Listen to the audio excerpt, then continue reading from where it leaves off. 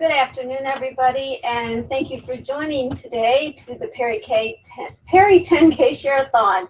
Today we're going to talk about great ideas for random acts of kindness. And what is Peri10K, you might ask?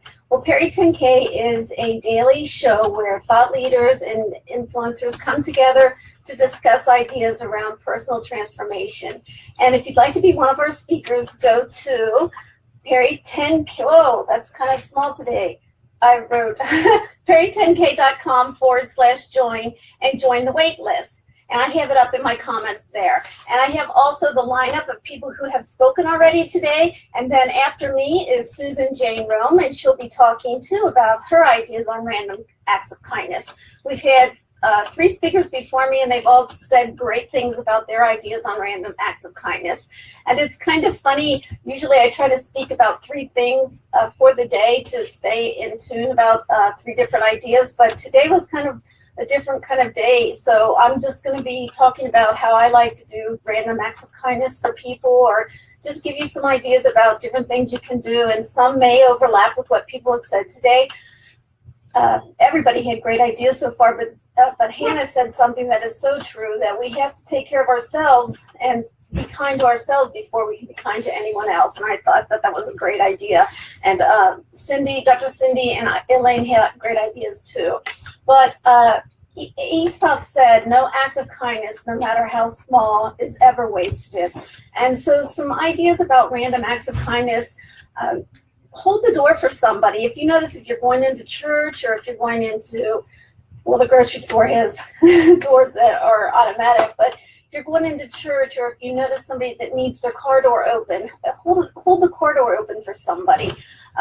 What I like to do is, if you notice a cashier or a bagger at the grocery store is having a bad day or a rough day, I just always say hello to them. Hi, how are you? Have a great day today. I hope you have a great evening. And that might brighten up their day, and they may not return it, but that's okay. You were trying to make their day feel better. So that's what I try to do there.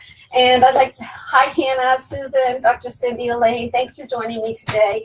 And oh, I forgot to mention, please share this out to anyone, your friends, anyone who'd be interested in this, because it is a share-a-thon, and we like to share the information with anybody that would be interested and who would like to listen. And also, I do a lot of activity. I do a lot of race walking, and if it's a 5K, a 10K, I'm training for a half marathon in May.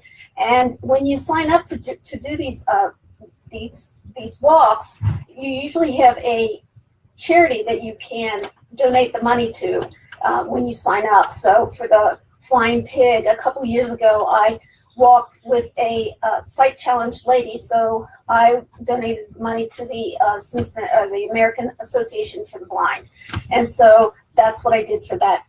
And then another race we do in the summer, we do it for children's brain cancer group. So you can do those kinds of things.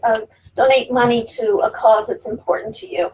And when we get our new site up, my son, who's in business with me, we're thinking about, there's a couple different charities that are close to our hearts, and we're going to decide what we want to do as our business grows on donating to those charities, because it is important to give back.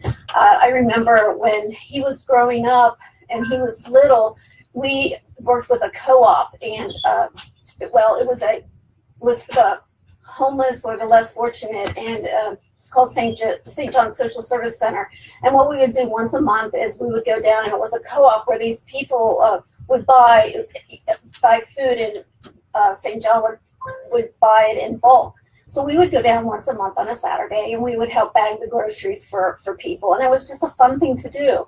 And speaking of that kind of group, which was my favorite thing to do, is we would adopt a family every Christmas, and we would go shopping for that family, and that was just my favorite thing to do. And it just brought joy to me to be able to give to someone else, and I think that that's just a fun thing to do. So that's something fun to do if you like to do it. And it's not about having the money to do it, it's about giving back. And I would rather give to somebody than to get. And I know people think that might sound kind of crazy, but giving and having that to give is just, it's joy for me. So that's an idea. Another idea is, which is kind of fun, my mom's 85 and she lives with us, and I understand about people who, the elderly are living longer, and it is true that they still have a life to live and they still have stories to tell, and they do get lonely. So I started playing the violin a few years ago, and my friend started playing the cello, and we belong to different groups, and we, a couple years ago, went to a nursing home at Christmas time, and we played for a retirement home, and we played a Christmas concert for them, and it was just a fun thing to do. So you can do different things like that. You don't have to play music. If you don't play music, you can go and play games with them at the retirement center and just talk to them. That's a random act of kindness you could do. One thing we did a long time ago, our friend's child had leukemia.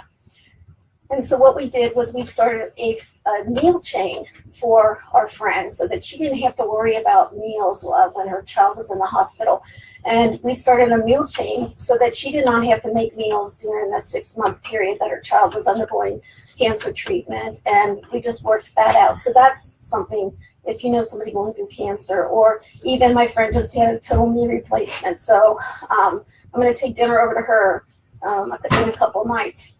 You know, if you know somebody who's sick or who can't, you know, make dinner, or they're having a hard time, you could make dinner, or, you know, go visit them if they're sick and homebound right now. They can't get out and cook, or they can't get out and visit somebody. Let me see, I don't want to ignore anybody. But anybody's comments, thanks for commenting. But these are just some kind of, you know, different kinds of ways of random acts of kindness. It's so fun.